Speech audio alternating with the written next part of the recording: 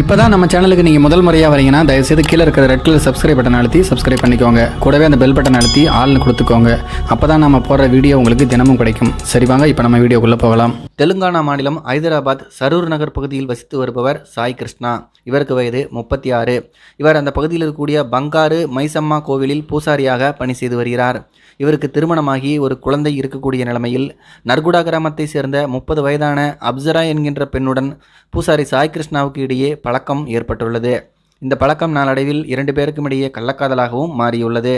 அடிக்கடி 2 பேரும் தனிமையில் சந்தித்து உல்லாசமாக இருந்து வந்த நிலைமையில் அப்சரா கர்ப்பமடைந்ததாக தெரிகிறது. இதனையடுத்து சாய் கிருஷ்ணாவின் கட்டாயத்தின் பேரில் அப்சரா கர்ப்பத்தை கலைத்துள்ளார். சாய் கிருஷ்ணா தன்னை ஏமாற்றுவதை உணர்ந்த அப்சரா தன்னை திருமணம் செய்து கொள்ளும்படி வற்புறுத்தி தொல்லை கொடுத்து வந்திருக்கிறார். ஆனால் ஏதேதோ சாக்கு சொல்லி பூசாரி சாய் கிருஷ்ணா மறுப்பு தெரிவித்துள்ளார். இந்த நிலைமையில்தான் ஆள் நடமாட்டம் இல்லாத இடத்தில் 2 பேரும் தனியாக சந்தித்துள்ளனர்.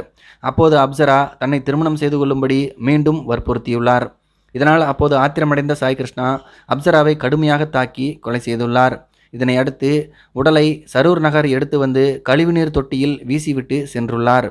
பின்னர் எதுவும் தெரியாதது போல சாய் கிருஷ்ணா இருந்துள்ளார். இந்த நிலைமையில்தான் மகளை காணவில்லை என்று காவல் நிலையத்தில் அந்த பெண்ணினுடைய பெற்றோர் புகார் கொடுத்தனர். அந்த புகாரை கொடுக்கும்போது சாய் கிருஷ்ணா மீது சந்தேகம் இருப்பதாக சொல்லிதான் புகார் கொடுத்திருக்கிறார்கள். அதன் பேரில் போலீசார் விசாரணை நடத்தியதில் சாய் கிருஷ்ணா கொலை செய்ததை ஒப்புக்கொண்டார். இதனையடுத்து சாய் கிருஷ்ணா கொடுத்த தகவலின் பேரில் சம்பவ இடத்துக்கு விரைந்து சென்ற போலீசார் அந்த உடலை தேடி கண்டுபிடித்தனர்.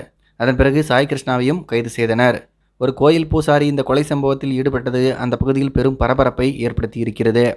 இதை பற்றி உங்களுடைய கருத்துக்கள் என்ன அப்படிங்கிறது கீழே இருக்கிற கமெண்ட்ஸில் தெரியப்படுத்துங்க. மேலும் இது போன்ற வீடியோக்களை பார்க்க நம்முடைய சேனலை சப்ஸ்கிரைப் பண்ணிக்கோங்க. நன்றி, வணக்கம்.